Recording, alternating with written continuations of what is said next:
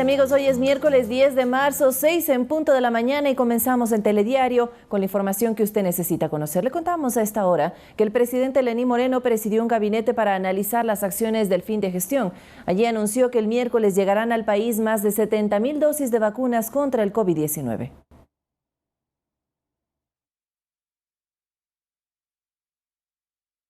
En la Casa de Gobierno se desarrolló el gabinete ministerial ampliado. Inició con la bienvenida que dio el presidente Lenín Moreno a los nuevos ministros: Rodolfo Farfán de Salud, Gabriel Martínez de Gobierno, Jorge Marcelo Loor, titular de Transporte y Obras Públicas, y Jorge Guatet, secretario general del Gabinete de la Presidencia de la República. El tema central que abordaron: las acciones y proyectos a priorizar, a un poco más de 2 meses de que termine la gestión del Ejecutivo. Actividades que se van a realizar hasta finalizar la gestión que ustedes conocen termina el 24 de mayo.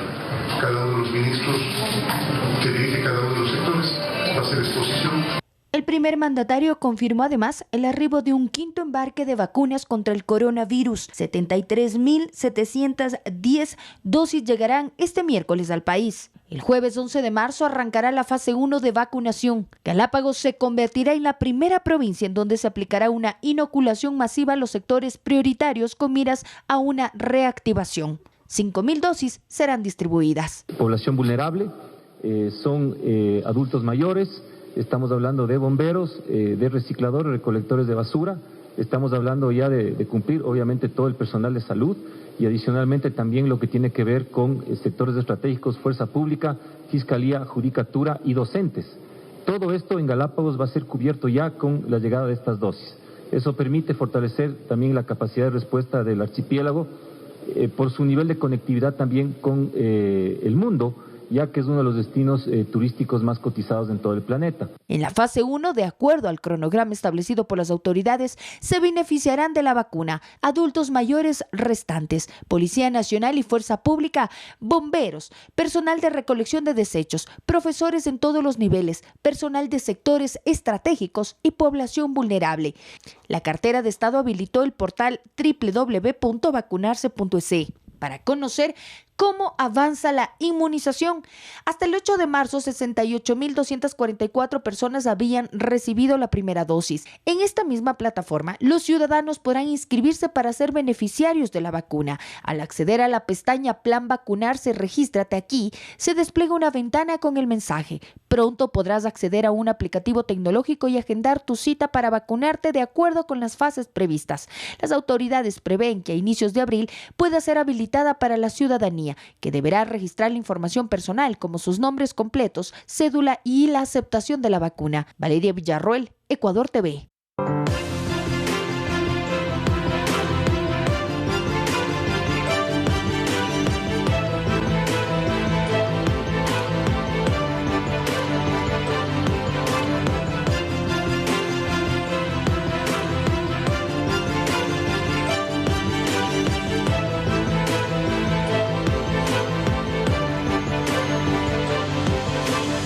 El Colegio Médico de Pichincha entregará información al Ministerio de Salud de los profesionales jubilados y de afiliados que no tienen relación de dependencia para que se les incluya en el plan de vacunación. Según datos de la plataforma Plan Vacunarse, hasta la fecha, 68.000 personas han recibido la primera dosis en el país. La fase 0 o plan piloto de la estrategia de vacunación está por concluir. Los adultos mayores de los centros gerontológicos, sus cuidadores y el personal sanitario de los hospitales COVID a nivel nacional fueron los grupos objetivos. Según datos de la plataforma Plan Vacunarse, hasta la fecha 68.244 personas han recibido la primera dosis. En la fase 1, el Ministerio de Salud pretende inmunizar a 2 millones de ciudadanos aproximadamente, entre ellos los adultos mayores restantes, miembros de la fuerza pública, bomberos, personal de recolección de desechos, profesores en todos los niveles, personal de los sectores estratégicos, la población vulnerable y, desde luego, el resto del personal sanitario. Con la intención de colaborar con información actualizada, el Colegio Médico de Pichincha se encuentra elaborando una base de datos de todos sus afiliados, médicos jubilados y profesionales que no trabajan bajo relación de dependencia, para que también sean incluidos en el plan de inmunización. Es decir, actúan trabajando solamente en su consultorio sin tener una relación laboral ni con hospitales públicos ni con hospitales del sector privado. No hemos hecho acuerdos, no hemos hecho ningún tipo de negociaciones.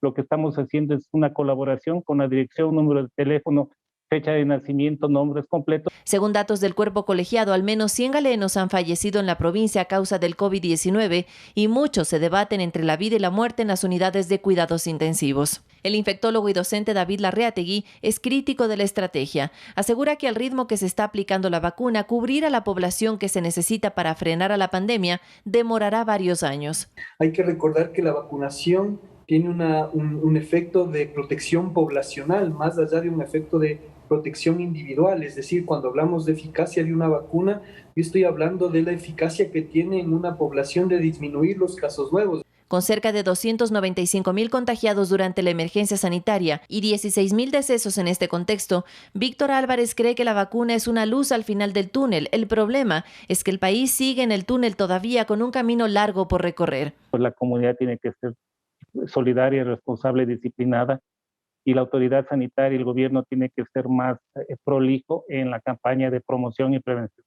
Mantener las medidas de bioseguridad que son eficaces para combatir la propagación del virus es por el momento la mejor estrategia a criterio de Larreategui.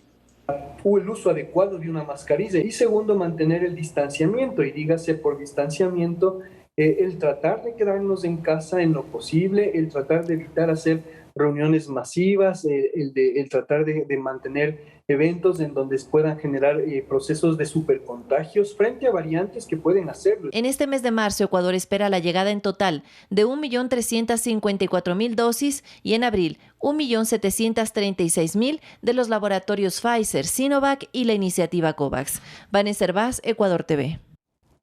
Y atención a las siguientes provincias como Los Ríos, Manabí, Guayas o Cotopaxi, en la Sierra Central, son parte de las regiones y zonas que más afectaciones registran por la inclemencia de este invierno. El fuerte temporal deja miles de hectáreas destruidas en el campo y daños en infraestructuras urbanas de las ciudades. Los aguaceros que empezaron a finales de febrero se intensificaron este lunes en diversos sectores del territorio nacional. En la costa ecuatoriana, uno de los más afectados es Babahoyo, en la provincia de Los Ríos, en donde las fuertes lluvias provocaron el desbordamiento del río Catarama, dejando a más de 150 familias afectadas por la fuerza del agua que destruyó sembríos y dejó a decenas de casas al borde del colapso. El temporal también dejó los caminos vecinales bajo el agua, lo que provocó que los habitantes de este sector se movilicen en canoas. En Portoviejo, provincia de Manabí, un puente de alrededor de 40 años de estructura metálica que ha servido para conectar a la gente de este sector está a punto de desplomarse. Debido a los fuertes estragos del temporal, las autoridades de Santo Domingo de los Áchilas han decidido pedir al gobierno que se declare en emergencia la provincia, en donde hasta ahora 2.000 habitantes han sido damnificados. La sierra centro del país también se ha visto afectada por las fuertes lluvias. En la Tacunga, provincia de Cotopaxi, se presentó una tormenta eléctrica que dejó una gruesa capa de granizo, afectando al menos 10 viviendas. Los habitantes perdieron electrodomésticos, sembríos y animales que les servían para subsistir. Los torrenciales aguaceros también afectaron las vías. La Comisión de Tránsito pidió tomar vías alternas en el tramo de la vía Cuenca-Molleturo, que fue interrumpido por un deslave en el kilómetro 70 de la red nacional.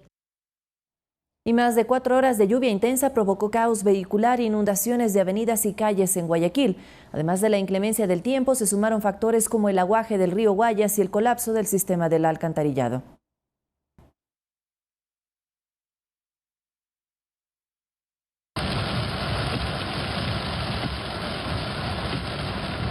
La lluvia comenzó a las 4:30 de la tarde desde este lunes y por su fuerza rápidamente se evidenciaba en las calles lo que pasaba. Para que te cruces,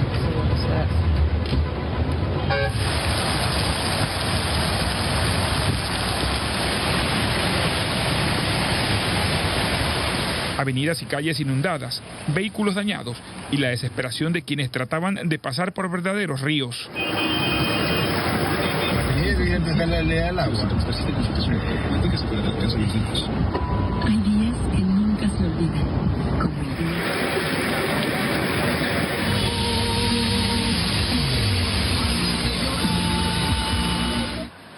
Aunque había quienes disfrutaban la caída de la tarde con el aguacero.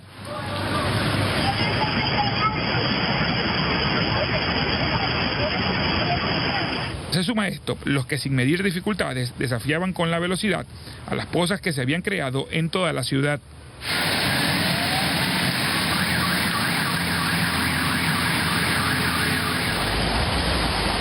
Guayaquil se detenía por horas y sucumbía por el taponamiento de ductos y alcantarillas que, sumado al aguaje, dejaban este resultado.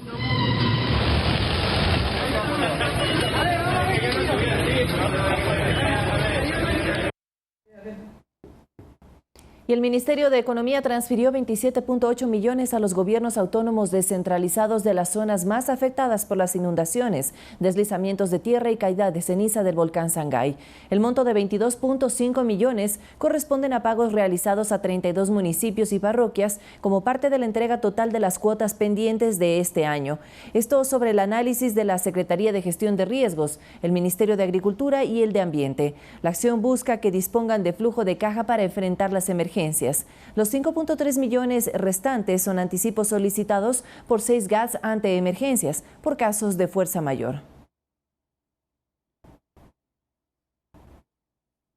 6 de la mañana, 11 minutos y nuevamente decenas de alcaldes y funcionarios de los municipios del país marcharon al Palacio de Carondelet para exigir al gobierno el pago de las asignaciones pendientes a los gobiernos locales y reclamar la falta de información sobre el plan de vacunación.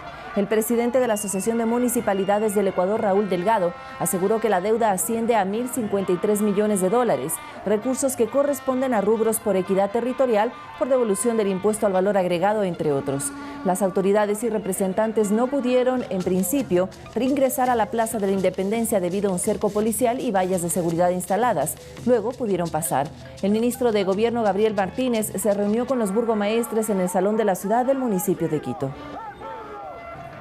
Por concepto de patrimonio, por devolución del IVA, es lo que acumula una deuda de $1.053 millones que necesitan los 17 millones de ecuatorianos.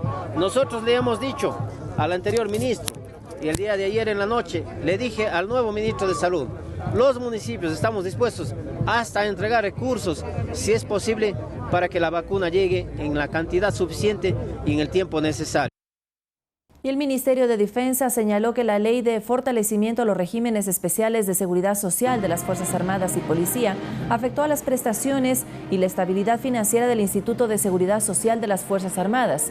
Un comunicado de esa cartera de Estado señala que la sostenibilidad del sistema de seguridad social militar se perjudicó al disminuir el porcentaje de las aportaciones tanto del patrono como de los aportantes en más del 60%, un factor que amplió la brecha entre ingresos y egresos dentro del sistema de seguridad social del ISFA, así como a las prestaciones que otorga a sus afiliados. Añade que el ministro de Defensa, Osvaldo Jarrín, solicitó la reforma de esa ley luego de un análisis financiero y de cálculo actuarial que tiene como objetivo asegurar las pensiones, prestaciones, servicios sociales y desarrollo humano que otorga el régimen de seguridad social y las características y condiciones propias del régimen de vida militar, así como las particularidades de su institucionalidad.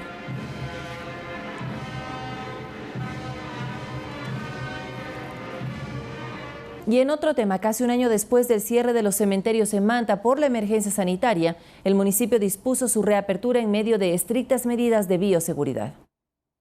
Los cementerios de Manta abren sus puertas a partir del lunes 8 de marzo. Los asistentes deberán cumplir estrictas medidas de bioseguridad, como el uso de la mascarilla. Además, existirá un aforo limitado. Solo se permitirá el ingreso de 3 personas por familia. Los horarios permitidos para las visitas de los difuntos en los cementerios General, Sagrado Corazón, Eloy Alfaro, San Juan y Tarqui será de lunes a viernes de 9 de la mañana a 4 de la tarde. Se recuerda a la ciudadanía que está prohibido ingresar con menores de edad a los 5 lugares y existirá personal de control permanente para dar cumplimiento a todas las disposiciones.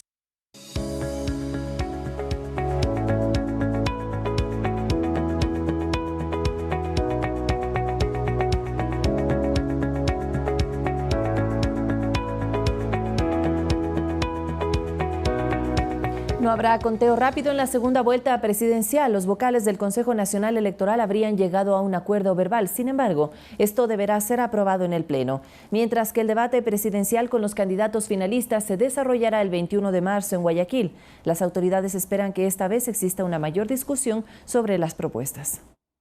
Sin candidatos finalistas en firme para la segunda vuelta presidencial, los vocales del Consejo Nacional Electoral habrían llegado a un acuerdo verbal para eliminar el conteo rápido. Esta segunda vuelta no se ha previsto que exista un conteo rápido porque es mi apreciación de que los resultados electorales, tratándose solamente de la elección de presidente, van a estar disponibles en no más allá de una hora después que se cierra el proceso. Significa que 6:30 de la tarde ya vamos a tener ideas que nos puedan orientar hacia dónde va la decisión del pueblo ecuatoriano. El tema debe ser tratado en el Pleno, es decir que los 5 consejeros deben aprobar o negar, pero aún no hay fecha para la convocatoria. Tenemos que de igual forma conversar, reunirnos, justamente ver los pros y los contras que tiene este tema del conteo rápido y ahí decidiremos como Pleno. El Pleno es el que tiene que decidir si va o no va el conteo rápido. A solo 12 días del debate presidencial oficial, Pita dice que hay suficiente tiempo para la organización. Las tareas urgentes que el Consejo Nacional Electoral debe acometer es la planificación del próximo debate presidencial que tiene que realizarse el 21 de marzo. Es obligatorio según la ley.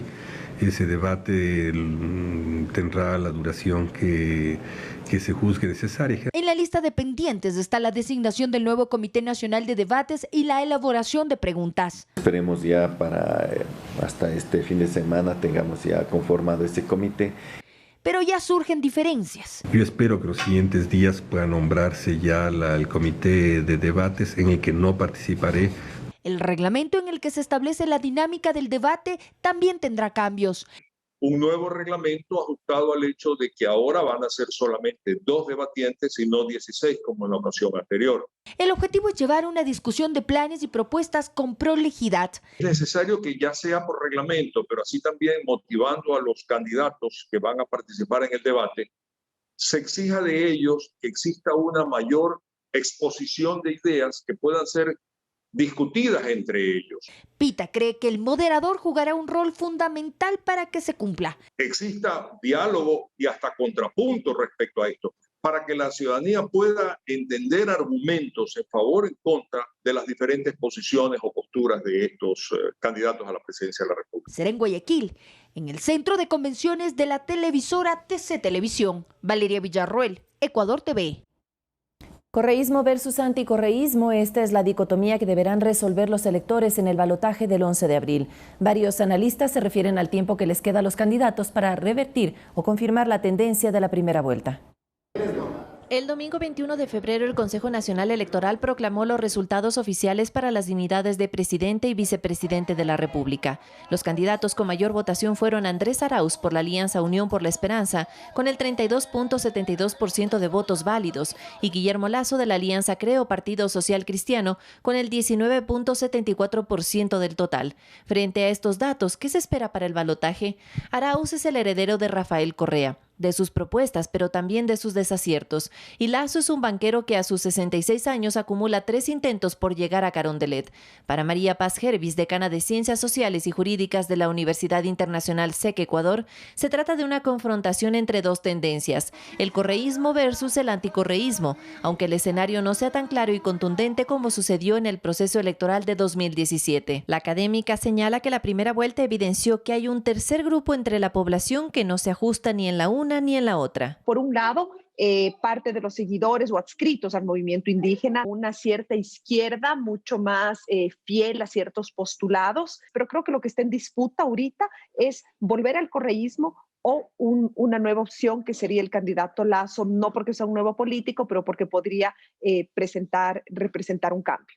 Los 2 candidatos han dado un giro a su campaña, uno tratando de deslindarse de su mentor, buscando sumar apoyos para fortalecer su candidatura y suavizando sus discursos. El otro, cambiando la estrategia para poder llegar a los electores más jóvenes. Sin embargo, el consultor de comunicación política Andrés Jaramillo cree que no basta con cambiar la forma. Son temas de fondo y la gente no solamente está esperando que le digan las cosas de forma bonita o divertida, está esperando que hayan posiciones concretas frente a problemas importantes. Por ejemplo, en las luchas de los movimientos feministas, que hayan posiciones concretas y más liberales en la agenda de las minorías, el matrimonio igualitario, el aborto por violación, entre otros temas que a veces los candidatos se alejan porque sienten que no son políticamente correctos o que pueden generar demasiado ruido en uno u otro sector. En la medida en que se alejen de esos temas, se van a alejar también de los electores. Jaramillo considera que en esta búsqueda de nuevos simpatizantes Lasso lo tiene más complicado, primero porque su tendencia es a la baja y segundo porque sobre su candidatura pesa la sombra del fraude electoral. El economista Pablo Dávalos sugiere que hay problemas que preocupan más a los ecuatorianos que el binarismo de la segunda vuelta. El candidato que le diga qué va a hacer con el salario mínimo vital, si lo va a incrementar y cómo va a proceder con las vacunas, cómo se va a reinstitucionalizar el Estado, qué va a hacer con el Fondo Monetario. El ciudadano quiere respuestas. Estamos en una situación muy grave, muy delicada y quiere respuestas ante eso. Por el momento, el margen entre los aspirantes es amplio, una diferencia de 1.203.708 votos. Queda apenas un mes para revertir la tendencia. Vanessa Hervás, Ecuador TV. Un importante porcentaje de la población aún no decide su voto, a pesar de que restan pocos días para la segunda vuelta presidencial. 2 analistas electorales revisan sus mensajes y los medios que utilizan los candidatos para transmitir al electorado. Coinciden en que para llegar a los jóvenes, las estrategias que están utilizando aún necesitan ser afinadas. Una carrera contra el tiempo tienen los 2 candidatos que nos sorprenden con nuevos videos en las redes sociales.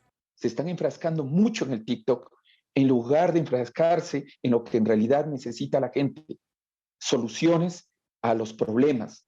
Problemas como la reactivación económica, la salud y el empleo, sobre todo los jóvenes quienes buscan insertarse en el mercado laboral, pero aún es compleja la situación. De acuerdo con el último informe del Instituto Nacional de Estadísticas y Censos, 650.578 personas perdieron su empleo adecuado durante el año pasado y otras 401.305 estuvieron desempleadas en diciembre de 2020. Van a tener que encantar a la población de jóvenes, a una población juvenil con nuevas propuestas y con propuestas que terminen teniendo satisfacción con sus necesidades, porque la juventud y las mujeres pondrán seguramente al próximo presidente de la República. Las redes sociales ahora tienen un tinte político cuando observamos que las propuestas de los candidatos están en este nuevo escenario. Más allá de las estrategias digitales, de cómo se transmite el mensaje,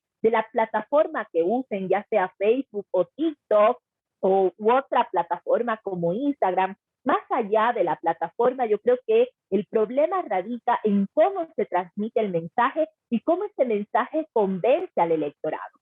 Tú no puedes cambiar de la noche a la mañana un imaginario.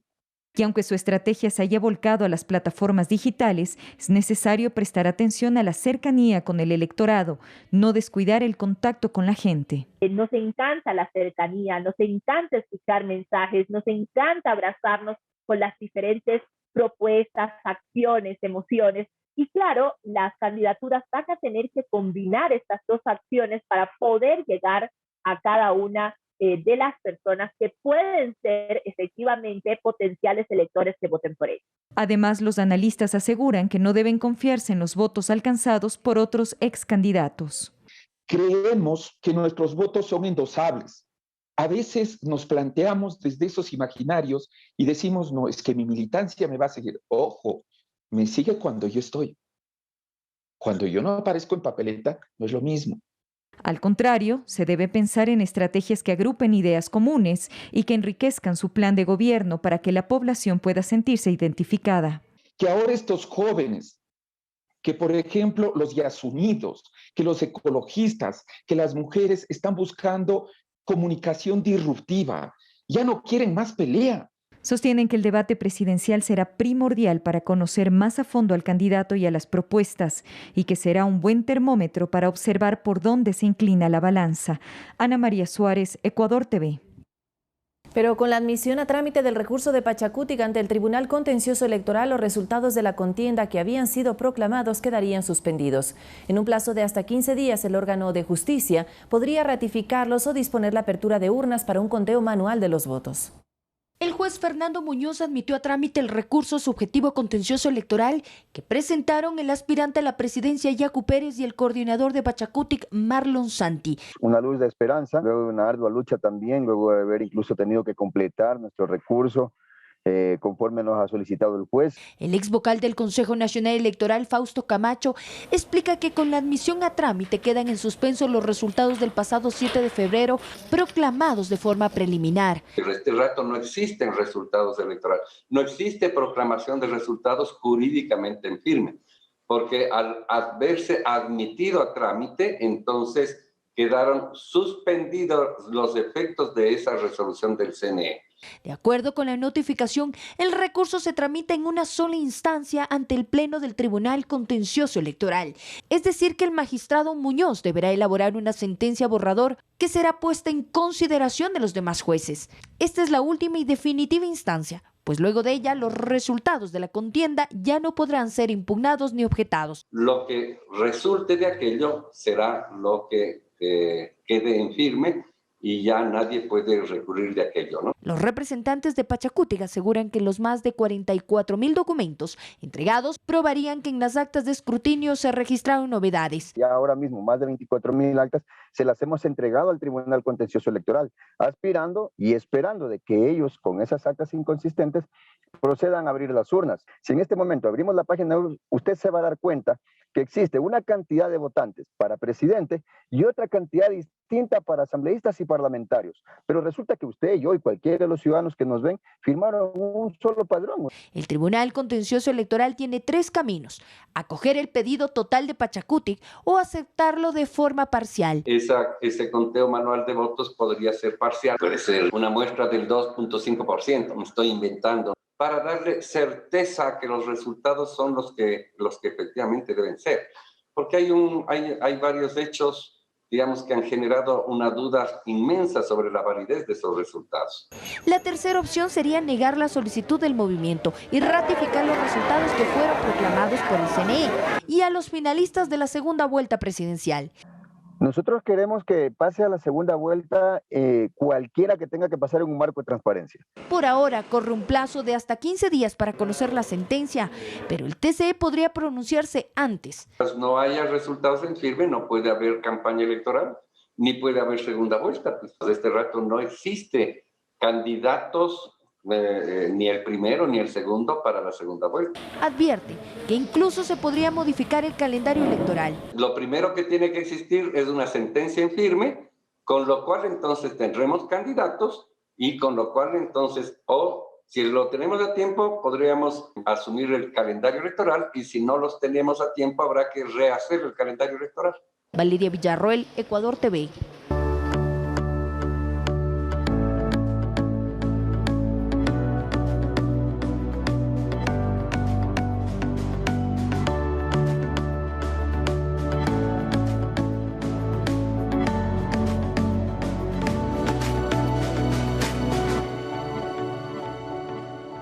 Para garantizar la atención judicial oportuna y efectiva a las víctimas de violencia de género, el Consejo de la Judicatura creó en diciembre un módulo virtual de medidas de protección, proceso que enlaza más de 400 autoridades en el país, de juntas de protección de derechos, tenencias políticas, intendencias y comisarías nacionales. 4 meses después ha atendido las denuncias de más de 1.000 víctimas.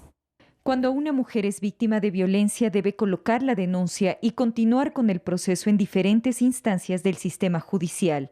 Sin embargo, en diciembre del año pasado, el Consejo de la Judicatura implementó un módulo virtual.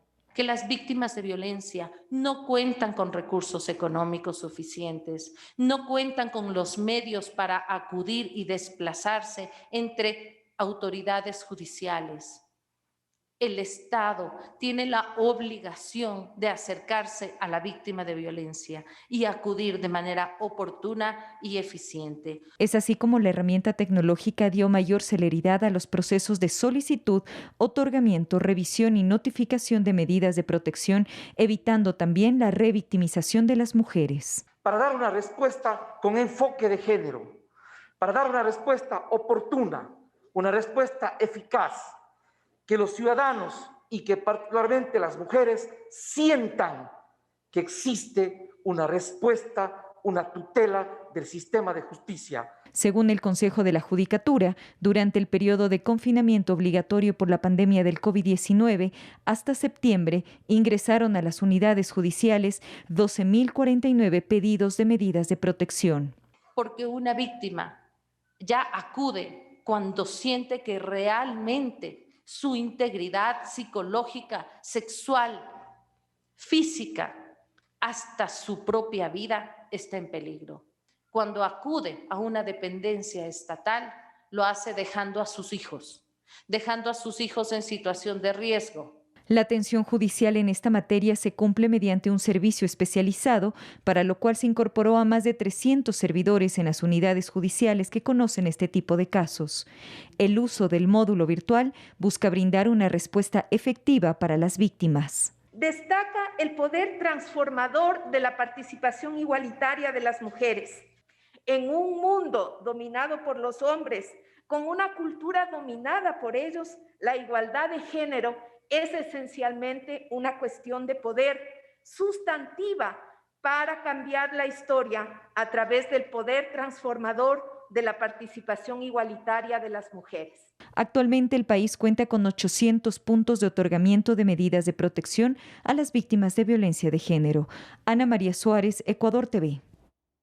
Actividades laborales como el fútbol profesional y el campo científico eran hasta hace unos 20 años exclusivamente de varones. Algunas mujeres que se han destacado en estas ramas nos cuentan lo que significa la presencia femenina en estas áreas. En Ecuador, las mujeres se abren paso en diferentes campos laborales que hasta hace pocos años eran ocupados en casi su totalidad por el género masculino. Patricia Costa, investigadora y docente universitaria, comenta que el incremento de las cifras de mujeres que incursionan en la ciencia es alentador. Según la UNESCO, alrededor de todo el mundo, solo el 28% hacen lo que es ciencia. Y en nuestro país también, en estas últimas décadas, ha avanzado bastante, porque según los datos igual de la UNESCO, el 41.1% de mujeres está dedicada a una rama de la ciencia. A eso me refiero, que están relacionados con carreras relacionadas con la ciencia, ¿sí?, la tecnología, la ingeniería y la matemática. Para Claudia Segovia, presidenta de la Red Ecuatoriana de Mujeres Científicas, estas cifras pueden ir en aumento si existe una conciencia social del valor de la mujer en la vida profesional. Estos roles de cuál es el papel de la mujer y cuál es el papel del hombre en la familia y en la sociedad, que siguen manteniéndose muy fuertemente, especialmente en Latinoamérica. Y eso hace que la mujer muchas veces tenga que dar un paso atrás a los avances de su carrera, porque da el paso a la familia, cosa que no ocurre con nuestros colegas. Pero no solo son las ciencias duras las que tienen representación femenina en el país. Fernanda Vázquez, jugadora del Club Deportivo Ñañas, logró remarcar junto a su equipo el nombre de la mujer en el fútbol, trascendiendo incluso a nivel internacional. Nosotros le solicitamos a la Asamblea Nacional que necesitamos su apoyo, su reconocimiento y una ley que obliga a toda institución, tanto pública como privada, a dar equidad de oportunidad a la mujer dentro del fútbol. Y eso sucedió el 7 de marzo del 2019 con voto unánime por toda la Asamblea Nacional. Pero más que eso, en este año ya no es solamente nacional. Nuestro Día Nacional del Fútbol Femenino se convirtió en internacional en el momento en el que la Conmebol lo declara como Día del Fútbol Femenino Sudamericano. Para muchas mujeres el fútbol significa el poder dar de comer a su familia. Para muchas de nosotras el fútbol significa demostrar a la sociedad que sí se puede y a nosotras mismas que sí se puede. Por tantos años nos han dicho que la mujer no debería jugar fútbol. El empoderamiento de la mujer en el sector laboral es uno de los principales factores para potenciar su autonomía económica y un gran paso para erradicar la violencia de género. La misión Las Manuelas del Plan Toda una Vida desarrolla estrategias para dar seguimiento a los beneficiarios de las ayudas técnicas. 120.000 personas con discapacidad fueron censadas de las 133.000 que se registran a nivel nacional. Se han destinado, según esta institución, 18 millones de dólares en 4 años y en este 2021 se pretende invertir 6 millones más. Así lo dijo la subsecretaria territorial María José Rivas en nuestro espacio de entrevistas. Con respecto a este dato, se entregaron aproximadamente 40.589 kits de alimentos como parte de la población de la misión Las Manuelas a personas con discapacidad en su momento. Se llevaba un kit de bioseguridad, tanto por la protección de nuestros usuarios como la protección de nuestros equipos, ¿no? El personal, algo que caracterizó a la misión Las Manuelas durante la emergencia sanitaria fue justamente el no detenerse. sí se realizó un proceso inicial hasta lograr adaptarnos, en el que se hicieron contactos con llamadas telefónicas, cosa que fue importante también porque esto permitió detectar posibles alertas y contagios prematuros y transferirlos al Ministerio de Salud a través de nuestra gestión. El presupuesto de vengados desde el año 2017 a 2020 es de aproximadamente 18 millones de dólares. Y el presupuesto que está contemplado para el año 2021 alcanza los 6 millones de dólares. Durante estos años mencionados, 2017 a 2020, se identificaron aproximadamente 333,000 personas a nivel nacional que fueron visitadas, atendidas, y durante estos últimos meses del año 2020 también se hizo un importante proceso de seguimiento a aquellas personas que durante los primeros años de la misión habían sido visitadas. Se hizo un proceso de seguimiento aproximadamente a 120,000 personas.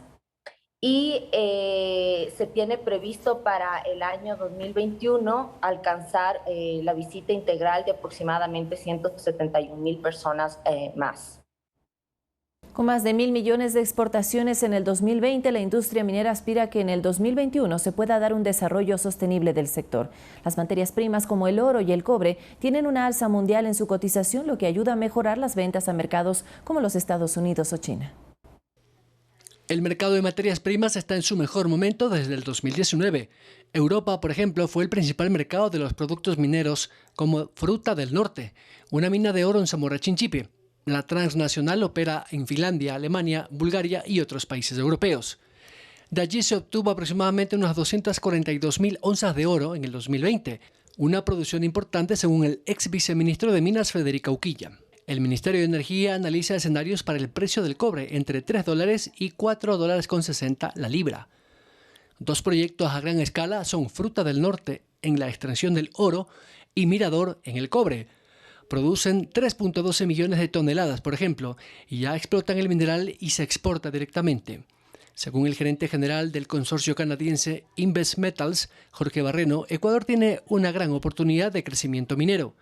La aprobación de 1.9 billones de dólares para una reactivación económica ha generado mucha expectativa, porque esa reactivación económica quiere decir mucha infraestructura, y eso, para la infraestructura que se genera en un país tan grande como Estados Unidos, evidentemente los minerales, los metales son base de ese crecimiento en infraestructura. Crecimiento de las importaciones chinas de alrededor del 4.7, 4.8% de crecimiento en las exportaciones, fundamentalmente de minerales y de cobre. Eso significa una expansión nuevamente de la economía china. Estos dos factores han generado esta expansión de los precios de los metales. Los valores hablan por sí solos, y allí está el negocio en la exportación de metales, que en el 2020 superaron casi los 1.000 millones de dólares. La Agencia de Regulación y Control de la Energía otorgó a Mirador 15 certificados de exportación por un valor de 300 millones de dólares para la venta de más de 190,000 toneladas de cobre. Es el quinto rubro de exportaciones de ingresos económicos para el país, un billón de dólares de exportaciones, 1.000 millones de dólares de exportaciones en el año 2020, a pesar de la crisis. Entonces genera una expectativa del crecimiento acelerado. Metales preciosos como oro y plata, también el oro y la plata han mantenido un incremento de su valor en estos últimos tiempos, y el cobre. El cobre, por ser un elemento principal para el desarrollo de nuevas tecnologías fundamentalmente relacionadas con la movilidad. La producción de minerales y otras operaciones nuevas, más el alza de los precios, podrían darle a Ecuador una proyección de hasta 62,000 millones de dólares solo en exportaciones hasta el 2030. Byron Galarza, Ecuador TV. 6 de la mañana con 39 minutos, momento de hacer una primera pausa en Telediario, pero como siempre ya viene nuestro segmento fanático de la mano de Arturo Barriga. Quédese en nuestra sintonía.